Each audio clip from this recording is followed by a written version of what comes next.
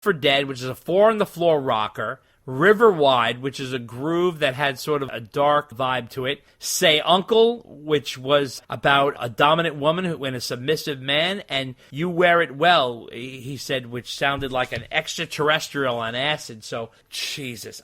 How much would you love to have here? I don't know, you're not a big fan of Van Halen 3, but Eddie Trunk talked about listening to some of these tracks, and he said they were phenomenal. So, I don't know, man. I would love to hear them. I'm really curious, but the thing is, you got to remember, a lot of these were not finished songs. They were, at best, demos. Yeah, no, they were demos. And the thing about unreleased albums is that the mystery behind them is usually more exciting than the finished product. Yeah, I know, but the reason why I'm so interested is because they really did gel better with Gary once they went on tour, and I would love to have heard an album, and Gary said this himself, after they kind of gelled as a band and got together. It would have been interesting. I thought it would have been interesting. Regardless, surprisingly, Rolling Stone magazine did an in-depth interview with Greg Bissonette, David Lee Roth's old drummer from the Eat 'Em and Smile days, Skyscraper, and A Little Ain't Enough.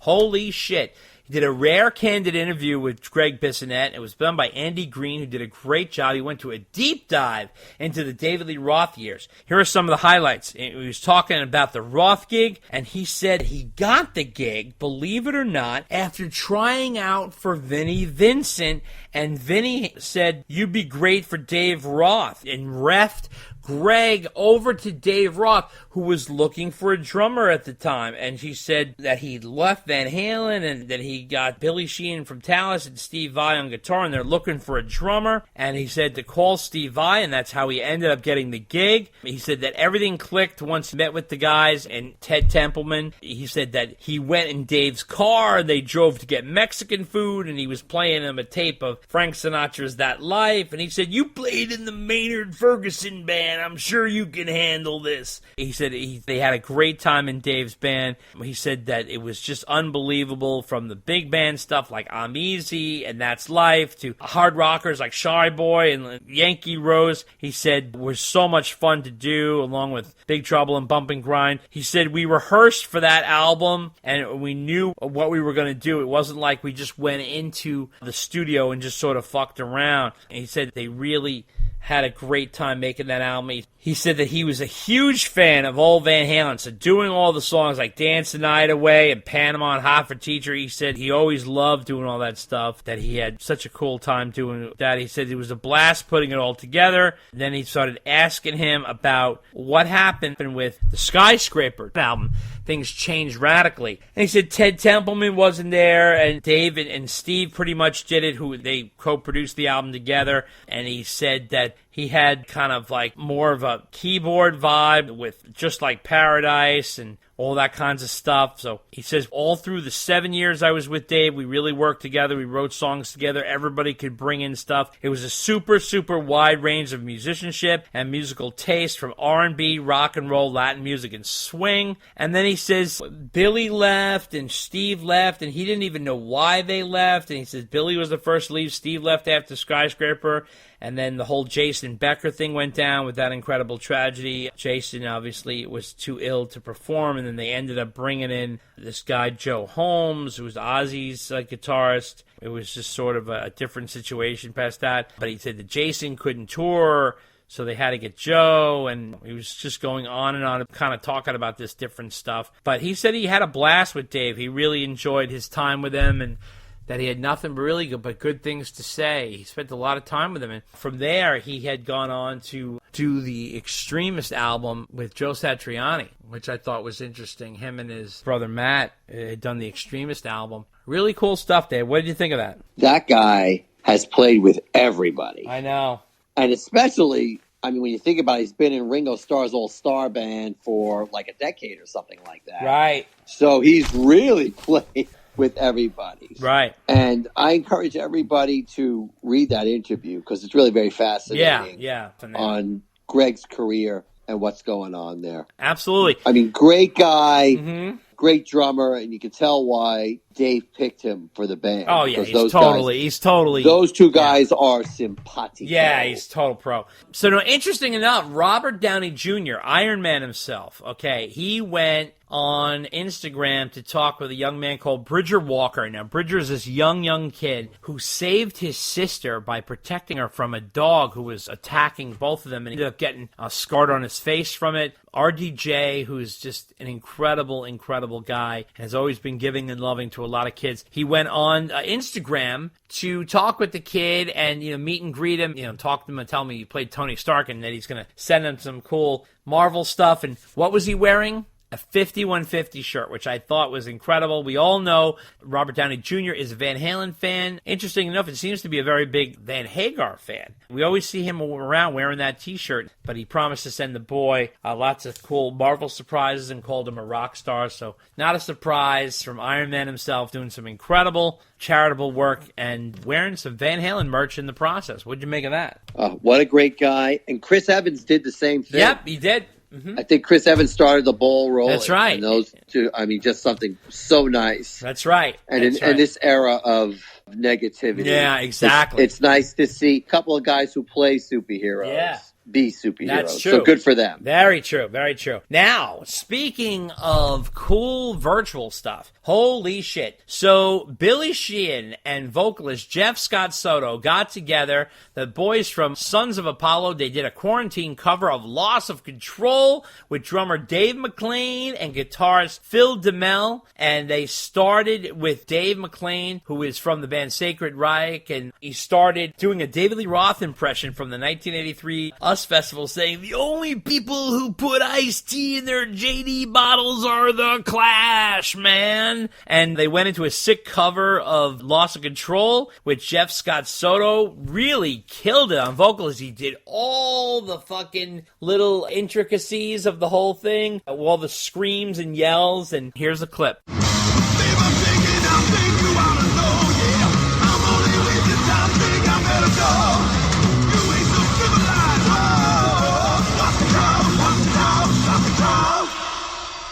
These guys really picked up the old VH vibe for sure. Phil really focused on nailing Eddie's guitar sound and speed there. Of course, no one's Eddie. The love of the music and the attention to detail and the spirit was there for sure. Even the drummer wore a black and white striped shirt with a white headband and sunglasses. So everybody got into it. What did you think of this, Dave? Great performance of a great song. Yeah.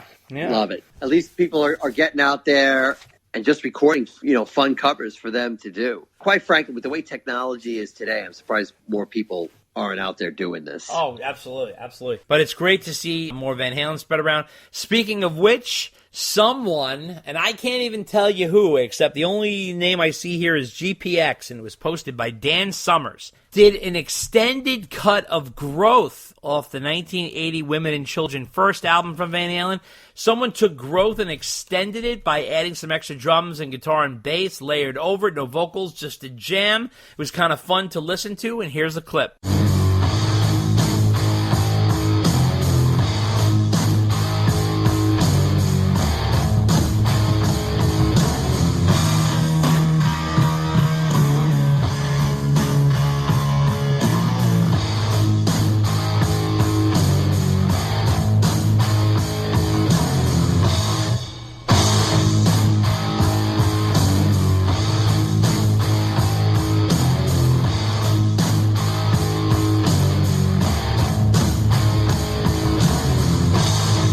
The interesting thing here is no one's ever heard Growth past this, and it still seems to be something Van Halen should have done. Originally, the plan with Growth was supposed to start the next album, which was Fair Warning. For some reason, they never picked up that idea. I thought it was supposed to be sort of a fun sneak preview into the next album, but they never followed through with that idea. I thought that was kind of cool, but... I think they just forgot. They just forgot, I guess. I don't know. But I don't know how you forget something like that, but yes, they did. What did you think of this, Dave? Yeah, that was cool, too. I mean, Growth is, the song that never was. It was a cool riff that they could have built on, and I know Van Halen did almost like a full version in '86 with Sammy, of all people, There's a bootleg out there. Is that true? Yeah, but there's like a full-length version of the song with Sammy, and he's playing guitar. It was like a one-shot on the 86 tour. But it's out there. It's played live? Yeah. Oh, my God. I never heard that. No, yes, you have. Yes, you have. Oh, shit. You have it. It's on the, Dave, what's that 4 CD bootleg set that we paid for in advance, and it took us like a year to get? The Looney Tunes one or whatever it was. Yeah. Oh, wow. Jesus, I'm losing You know what my I'm mind. talking about, right? Yeah. The purple one. Yes, exactly. Yeah. If I'm remembering correctly, I'm almost certain it's on that. Oh, wow. And is it labeled as Growth? Yeah, I think so, yeah. Okay, all right, cool. I got to look that up. So now, one thing, talk about virtual concerts, I thought was fantastic is the Atomic Punks, which is the most famous Van Halen tribute band from California, did a live stream concert on the Monsters of Rock Cruise Facebook site on August 15th. Holy crap, Dave, this was phenomenal.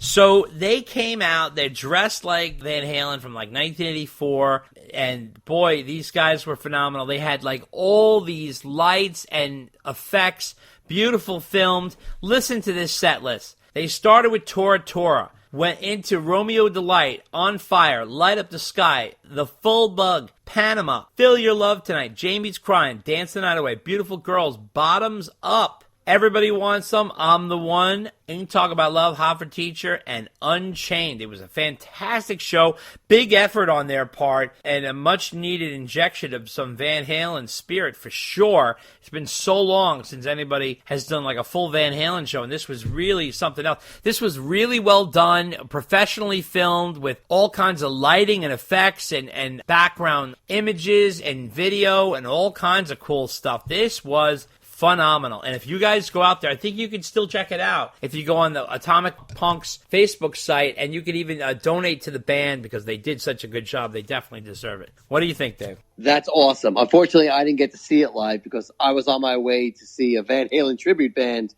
another one here in Connecticut. Right. That's right. And they were very good. Just called Halen. Right.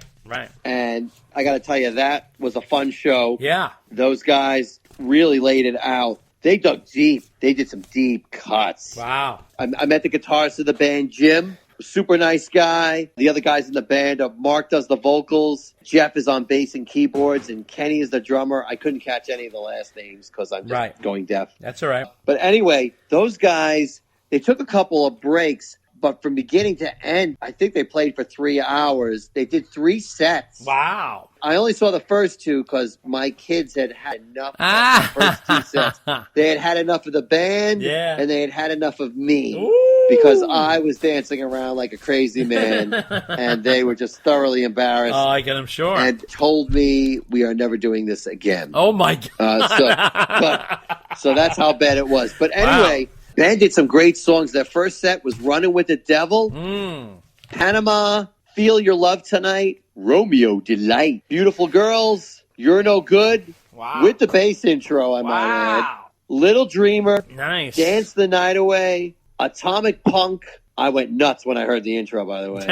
Somebody Get Me a Doctor. No. DOA. Wow. So This Is Love. And then they ended the set. The drummer did like a little drum intro of Sunday Afternoon in the Park. Wow. Great. It was cool. Great way to end the set. And then so for the second set, I was talking to a guy who was filming the show for them. And he said, you're going to see some songs that they had never done before, which included the first song, which was Intruder, including a synth. The bass player was playing the synth line on the synth, which was very nice. I don't think I've ever seen that live before by any band. That, of course, went right into Pretty Woman, On Fire. Wow. Drop Dead Legs. Oh, nice. And Jim did a great solo on that one, I got to tell you. Oh, my unbelievable. God. Then Ice Cream Man, Mean Streets. Wow. Light Up the Sky. House of Pain. Wow. I'm the One. Wow. 1984. Wow. Played live. Into Jump? Into Jump. Okay. And then they ended the second set with I'll Wait. Oh, interesting. And I really wanted to see the third set, but my kids were done. Oh, boy. Okay. But really great. I mean, awesome set list. Yeah. The band was tight. Really sounded good. They don't dress up or anything like that. Right. Yeah. But Jimmy was playing a striped guitar. for part of the set. The background vocals were good. They were tight. Really good. Buddy, don't worry. I still think you're the best Van Halen tribute singer I've ever seen live. No disrespect to the guy from Halen. Right. He sounded good. He was on key and all that. But Right. Buddy just sounds more like Dave to me. Yeah. But if you're in Connecticut,